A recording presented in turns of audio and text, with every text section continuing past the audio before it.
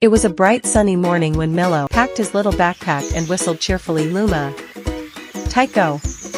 Are you ready for our big picnic adventure? Coming, Millo. Don't start the fun without me, laughed Luma the bunny. Huff, wait for me. Tycho the little turtle called out, struggling to catch up. The friends set off, skipping down the path, chasing butterflies, and sharing laughter as they climbed toward the peaceful hillside. After resting under a big tree and enjoying snacks, they wandered off to explore. Suddenly, a sharp cry. Millo and Luma spun around. Tycho had vanished. A huge hole yawned beneath them. She had fallen deep, her voice echoing from below. Tycho, hold on, they cried. Luma quickly gathered long vines and branches. Millo knotted them tightly, clawing at the mud to find grip. Pull, Luma, together, and then, a paw reached over the edge. Tycho was safe. The three friends collapsed in a muddy hug, soaked and shaking, but together again.